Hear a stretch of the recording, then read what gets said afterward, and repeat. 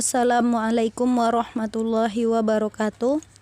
Perkenalkan, kami dari kelompok 12 akan mempresentasikan hasil diskusi kami tentang mendesain pembelajaran abad 21 yang beranggotakan 1. Dwi Nurul Zahro dengan NIM 2003096073 sebagai pemateri pertama, dan yang kedua ada Irfan Ardiansyah dengan NIM 2003096089 sebagai pemateri ketiga, dan yang ketiga ada Karisma Seilanovita dengan NIM 2003096091 sebagai pemateri kedua, dan yang terakhir Romania dengan NIM 2003096100 sebagai moderator. Baiklah, langsung saja kita ke materi yang pertama yang akan dijelaskan oleh saya sendiri dan kemudian akan dilanjutkan oleh Dewi Nurul Zahro. Rancangan pembelajaran abad 21. Pembelajaran abad 21 secara sederhana diartikan sebagai pembelajaran yang memberikan kecakapan abad 21 kepada peserta didik, yaitu 4C yang meliputi 1. Communication, 2. Collaboration, 3. Critical thinking and problem solving, dan yang keempat kreatif and inovatif. Tujuan pendidikan ini yakni untuk memfasilitasi peserta didik agar dapat hidup lebih baik di masa yang akan datang, baik dari sisi sosial, budaya, ekonomi, maupun dari sisi lingkungan hidup. Dan selanjutnya, materi yang kedua akan dibacakan oleh Dewi Nurul Zahro. Abad 21 ditandai sebagai abad keterbukaan atau abad globalisasi, yang artinya kehidupan manusia mengalami perubahan-perubahan yang fundamental yang berbeda dengan tata kehidupan pada abad sebelumnya. Abad 21 juga dikenal sebagai masa pengetahuan, yaitu semua alternatif upaya pemenuhan kebutuhan hidup dalam berbagai konteks lebih berbaris. Untuk menerapkan keterampilan pembelajaran abad 21 tersebut, tentunya harus ada rancangan pembelajaran untuk memberikan arahan kepada guru dalam pembelajaran. Rancangan sendiri berarti hasil merancang atau desain, sedangkan rancangan pembelajaran adalah proses yang sistematis untuk memecahkan persoalan pembelajaran melalui proses perencanaan bahan-bahan pembelajaran, perencanaan sumber pembelajaran, dan perencanaan evaluasi keberhasilan pembelajaran.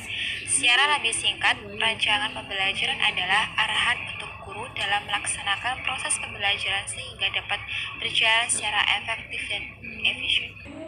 Rancangan pembelajaran yang harus disiapkan mencakup 3 hal pokok, yaitu meliputi yang pertama yaitu tujuan pembelajaran. Tujuan pembelajaran disusun berdasarkan kurikulum dengan mengembangkan KIKD serta lingkungan sosial siswa. Poin kedua yaitu inti materi pelajaran yang dikembangkan sesuai dengan tujuan pembelajaran yang ingin dicapai berdasarkan pada kurikulum yang digunakan. Dan poin ketiga yaitu evaluasi pembelajaran yang disusun untuk melihat keberhasilan pembelajaran yang telah dilaksanakan serta melakukan umpan balik atau refleksi kegiatan pembelajaran yang telah dilakukan. Pemanfaatan teknologi dan media dalam pembelajaran abad 21. Perkembangan industri 4.0 diiringi dengan perkembangan teknologi yang menunjang segala aktivitas manusia. Teknologi dalam pembelajaran mempunyai sasaran akhir untuk memudahkan peserta didik belajar. Melalui pemanfaatan teknologi, siswa dapat mudah menerima dan memahami materi pelajaran. Teknologi yang biasa dikembangkan dalam pendidikan adalah media pembelajaran.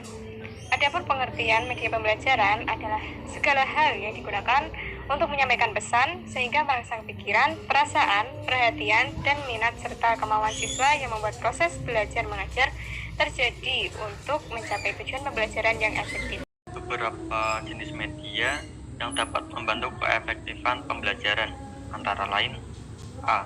Media visual merupakan sebuah media yang memiliki beberapa unsur berupa garis, bentuk, warna, dan tekstur dalam penyajiannya.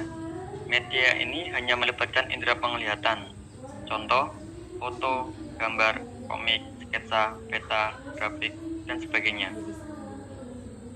Yang kedua, media audio adalah sebagai macam bentuk media yang berkaitan dengan indera pendengaran. Contoh, kaset atau CD, rekam, radio, dan MP3. C.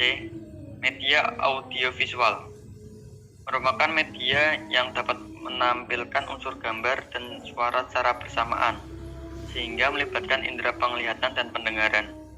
Contoh dari media audiovisual yaitu video pembelajaran, film, televisi, dan sebagainya.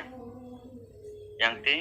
Multimedia adalah media yang berupa perpaduan dengan media lain seperti teks, gambar, grafik, audio, video yang dikemas dalam satu file digital.